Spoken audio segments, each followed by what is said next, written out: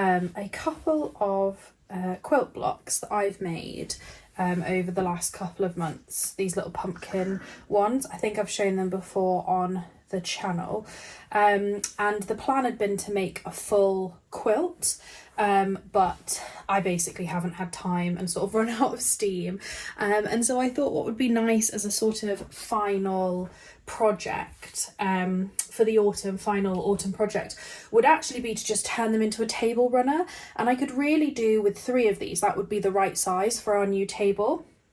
However, I don't have enough of this orange fabric to cut the size that I need in just that, like, as that one piece. So what I've done is I've literally just pieced together 2 pieces, and I'm just going to cut out the square. It's a rectangle actually, isn't it? I'm going to cut out the rectangle that I need from this, and then I've got plenty of the backing fabric, so I will just make up another block, and yeah, it should be fine. I mean, obviously there's going to be a line in the pumpkin, but to be honest, I don't really mind. I'm probably going to try to hand quilt this, I think, once I've finished it. I don't know what I'm going to use as a backing yet, but for now I'm just going to work on this on another pumpkin block and get the 3rd pumpkin block done, and then I'll figure out what I'm going to do for the back. I may just end up doing patchwork of all, like, I've got a whole bunch of autumn fabrics. I might literally just do patchwork on the back. If I can find a piece of fabric that is going spare, I might pop that on the back. I'm not sure yet, but yeah, that's what I'm going to do now. I'm just going to get on with cutting out all of my pieces and then sew it together and make this little pumpkin quilt block. It normally takes me about an hour to cut everything out and sew it together, so it's just a nice little sort of palette cleansing sewing project.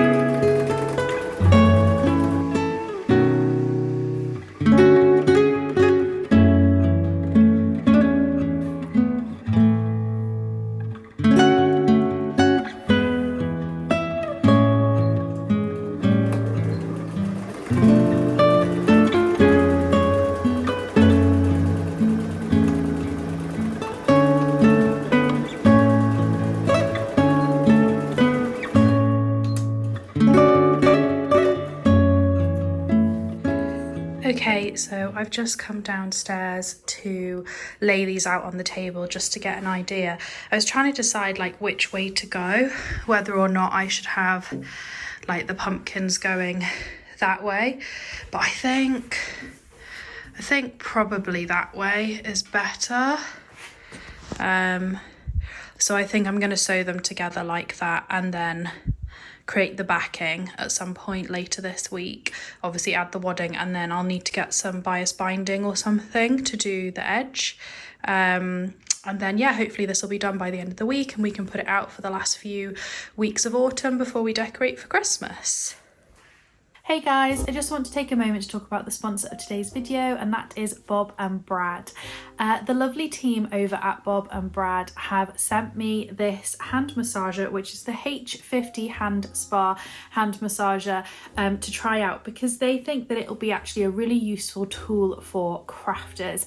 And I have to say that when I was sent the info for this, I was really interested because I'm not only a crafter who uses their hands a lot for things like knitting and sewing, but I also have fibromyalgia, which means I get a lot of pain in my legs, arms, hands, feet, etc. A lot of nerve pain. So I was quite interested to try this out. This is a really interesting tool that has been created by Bob and Brad, who are two physiotherapists, and they have created a wellness and health brand where they create different tools that you can use for different parts of the body, just to help you function as at your best, basically. The hand massager is really portable, really easy to use. You can take it anywhere. You could use it in bed before you go to sleep. I've been using mine on the sofa in the evening when I finish my knitting. I just do a little 5-minute massage on each hand whilst we're watching a show on TV.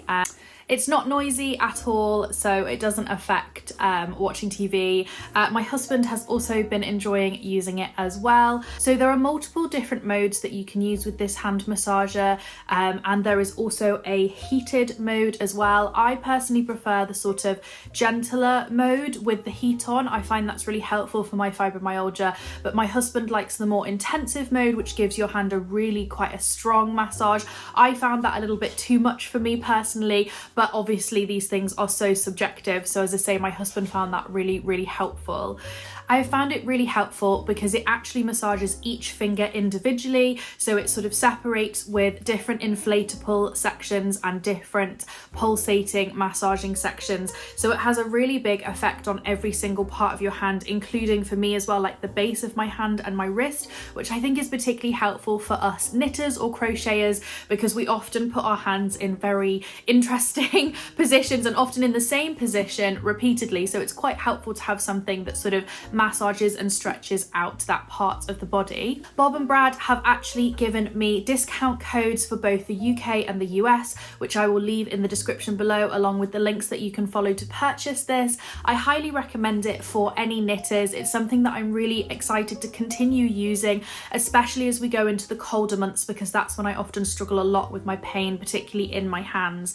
And also because I'm actually knitting a bit more often in the colder months as well, because it gets dark so early. So there's a lot more evenings on the sofa, just sat, you know, working on whatever, you know, some kind of knitting project. And so my hands are getting a little bit tired. So I'm really excited to use this throughout the winter months and see how much it helps me. And I will keep you guys updated on how it helps. So don't forget to check out the links in my description, along with the little discount codes. And yeah, it could make a really great present for Christmas as well, for the crafter in your life, or, you know, the person like my husband who's a software developer. He uses his hands a lot. He's constantly typing. I think, to be honest, most of us use our hands for something or other, whether it's computers or crafting or whatever. So it's actually a really helpful gift for everybody. So yeah, highly recommend that one. Now back to the video.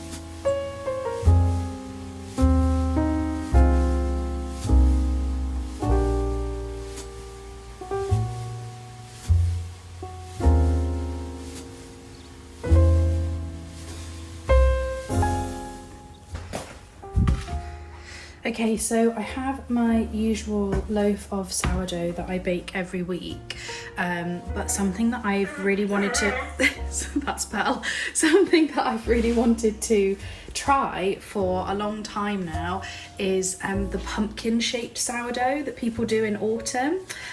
So seeing as this is sort of the last autumn like vlog, I'm just gonna have a go at doing it. So yeah, let's see how that goes. My string is a little bit curly, so hopefully it works. We'll see.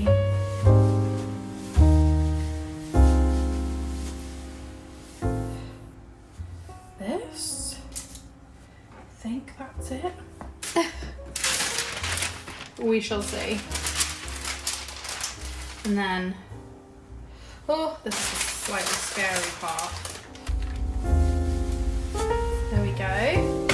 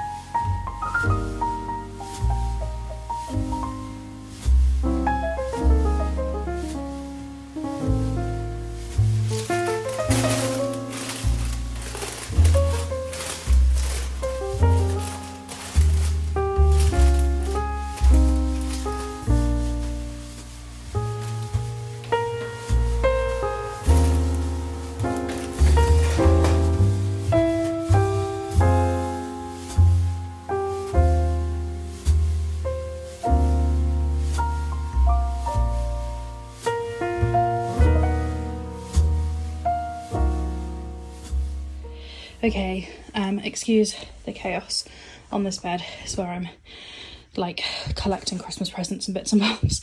Anyway, so yesterday I continued with this, which is my table runner. So I backed it in the same fabric that is the background, and then I put some wadding in between. It's what is it?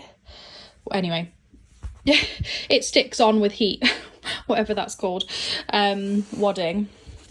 And so now I've got to the quilting process. I've actually pinned this up because I already quilted one pumpkin. You can see that I have drawn the lines on so I can do my straight quilting lines. I don't have a quilting machine, so I'm literally just doing a long stitch and hoping that works. This is a heat erasable pen, so when we're done I will iron this and it'll all disappear, and we'll be left with the lines. I don't know if you can see just there, this is where I've sewn the lines on. So yeah, we are sort of getting through this. I hope I've done enough wadding. You know, this, you have to have like because it shrinks as you quilt, so you have to have a bigger backing and a bigger wadding than the front piece. So this is the first time I've ever really properly done this, so hopefully that works out. I did think about hand quilting it, but I just thought it'd be quicker and we get it out quicker, seeing as we are at the end of autumn anyway, if I just got on with this. I need to go and buy some bias binding to do the outside, which I won't be able to do. I don't think, maybe I might be able to go tomorrow, but so yeah, I'll probably get this finished next week. But I'm just basically going to do some rows on this at the sewing machine now.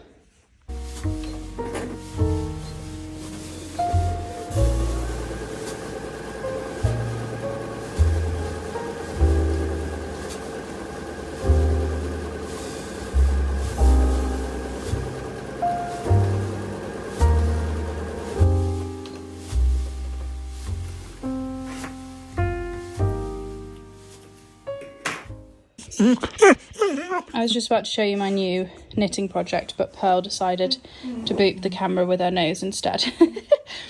So this is what I'm working on at the moment. This is the Laura scarf by House of Budlier, sorry, brain went blank. House of Budlier Designs. Now, I am not a colour work knitter. I find colour work actually really hard and quite stressful. I don't like having multiple yarns that get really twisted and having to untwist them all the time. I just find that really irritating. So yeah, I'm not finding this that easy, I must admit. I also think my tension's a little bit dodgy on the edges. It's a scarf, so it's supposed to be flat rather than round. And I'm sort of hoping this will sort itself out in blocking, but I don't know whether to order myself a really small cable, because the 40cm cable, it's just too big to do this in the round. But then having said that, you know, like, you can see the stitches are on the needles, and this is obviously the size of my needles regardless of what the cable is. I'm really not sure I can do it in the round. I think it has to be done magic loop, but I'm just worried that's giving me this, like, you see this like bobbly texture. But I don't know, maybe it'll sort of sort itself out, as I say, in blocking. Just pulled it off the needles and onto the cables so that I can sort of pull it around a bit. But I'm also catching my floats, which again is the first time I've ever done this. You can see it like here. So yeah, I'm very much a beginner.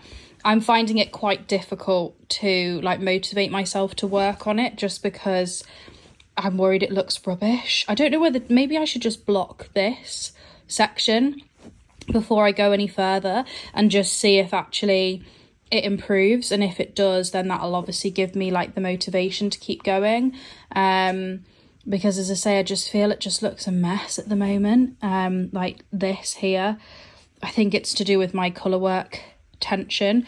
The white is obviously just plain stocking. This is like mixed colour work, and it'll also be the floats as well, I think, like on the inside that are pulling in. I don't know. But anyway, I really wanted to make this work because I love gingham so much. You guys know that. And so like gingham knitting sounds really fun.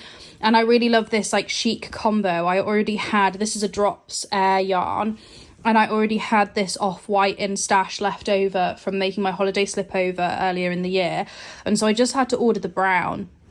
And it's going to go really nicely with my camel coat that I have. But yeah, it's just reminded me why I don't like colour work, because I just find it really stressful. And it's not even that difficult a colour work pattern, but it's just taking me forever. Like, you have to do, so this is a repeat, and you have to do this something like 23 times. And I've only done 2 over like 4 days. So I don't know, we'll see how this goes. But this is sort of my autumnal project, like autumn winter project that I have on the go at the moment.